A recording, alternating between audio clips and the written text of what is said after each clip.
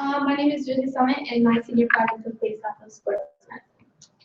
For about 7 years, I have played volleyball. I've played for the high school, the middle school, and for multiple club teams. By the way, we won states this year. That's pretty exciting. So my family has been there. It's like a very, very big sports family. My father coaches the football and the baseball team here. So I've kind of just grown up with sports, which kind of sparked my interest into the sports medicine aspect. But it's kind of cheesy. I saw a commercial when I was really young about doctors, and that's kind of what made me want to become a doctor. So I put them together, and that's how I got sports medicine. So over the summer, I went and attended a volleyball camp at VCU, and I know the coaches very well, and they got me in contact with their athletic trainer. So she said that she was willing to do it with me. However, I just needed like approval from like the head director of sports medicine. So I talked to Eddie, and he approved it. And so that's how my internship started.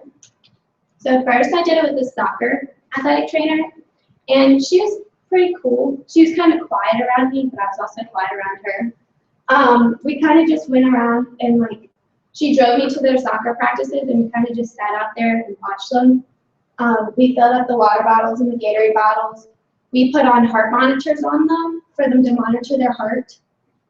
We also handed out electrolyte pills, which are just salt pills pretty much, and it's to keep the water in since it was such a hot day, so they didn't get dehydrated or overheated. And then I did the volleyball athletic training, and I thought that was more fun for me because I like knew about volleyball. This athletic trainer, her name's Casey Richardson.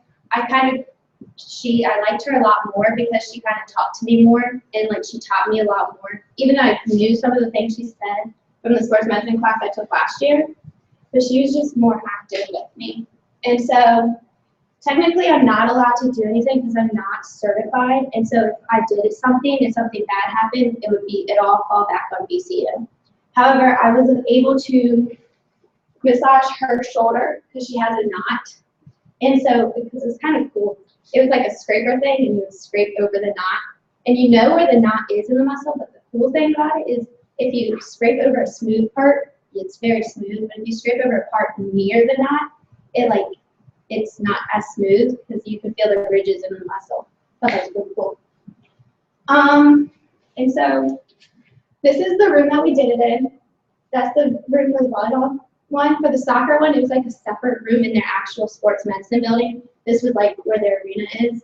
And then that's just when I helped set up the volleyball court for the game. I was not allowed to step foot on the court or allowed to sit on the bench with them because it was against NCAA recruiting rules. So I had to sit in the audience but behind the bench so I could see what she was doing and stuff.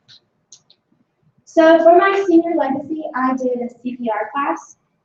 That was held on April 16th from 8 to 12 o'clock. It was about 7 people, however, one person did not show up, so I went ahead and took the class just to be recertified.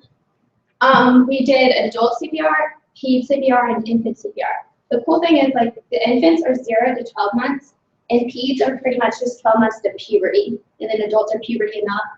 But when you don't know, if like you're doing the CPR and you don't know if the person has gone through puberty or not, you kind of just base it off of their weight because it goes along with the doses of medicine they put in you. So it's kind of up to what you want to do. So for the CPR class, it was with the Fergusons, Eddie Ferguson, who is a paramedic. We had to read this book before we took the class, and then during the class, they gave us this free mask to use. You don't have to use the mask when you actually do CPR. It is your own free will, but I would strongly suggest it because what happens is when you're unconscious, all your muscles are very relaxed. And if you blow the air into their mouth, what ends up happening is if there's food in their stomach, they'll like want to throw it up. So if you don't use the mask, that would be very bad. So for my community service, I set up tents at like GYAA games, and I handed out ice and Band-Aids and just kind of like taught them about it. I wasn't allowed to do anything because I'm not certified, so it's like against the rules. And then for another aspect of my community service, I am this Saturday, actually from 6:30 to 8:30 in the morning, I will be help setting up a race for the Ask Foundation. And the Ask Foundation deals with cancer. They donate a lot of money and stuff for like little children who have cancer. So for my research paper, my burning question was when I was at the internship, they would hook up heart monitors on all of their athletes to monitor what their heart was doing during the practice and afterwards. And so it kind of like sparked an interest. I really wanted to know why. So my question was, does exercise cause serious malfunctions in the future? And I actually realized that it came to a conclusion that it really does. What can happen is in the left ventricle, which is right here, it'll thicken over time with the intensity, and your cavities can get smaller, and it'll cause blockage and choke, which is really bad. So, like a lot of you athletes in here actually have bigger hearts than what a non-athlete would have. That's pretty cool. But the conclusion came to be that non-athletes and athletes have the exact same problems with hearts. So you kind of just have to balance out how much exercise you really do so you don't have that problem.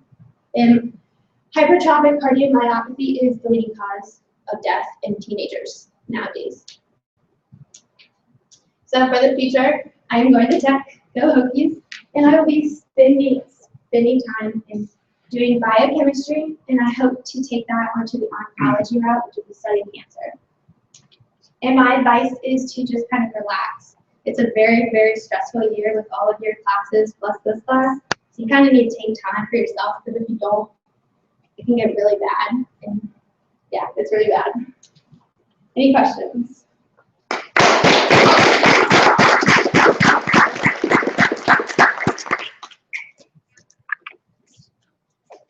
Yes.